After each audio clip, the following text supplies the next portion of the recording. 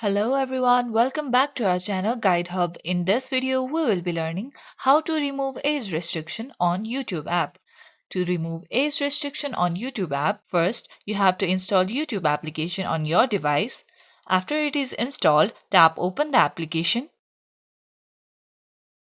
On the bottom right, you will see your profile icon. Tap on it.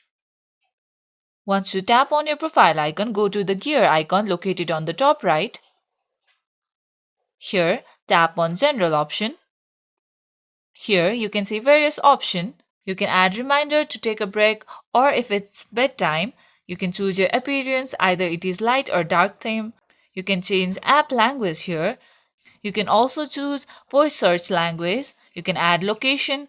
Then, right below location, you will see restricted mode. This mode has been turned on as this helps to hide potentially mature videos. Remember, this setting only applies to this application on this device. To remove age restriction on YouTube, users have to toggle off the button right next to restricted mode.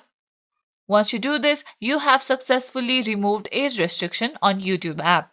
That's it for today's video. Hope you guys find this tutorial helpful. If yes, don't forget to like and subscribe to the channel. Press the bell icon so you never miss out to our videos. Goodbye till then.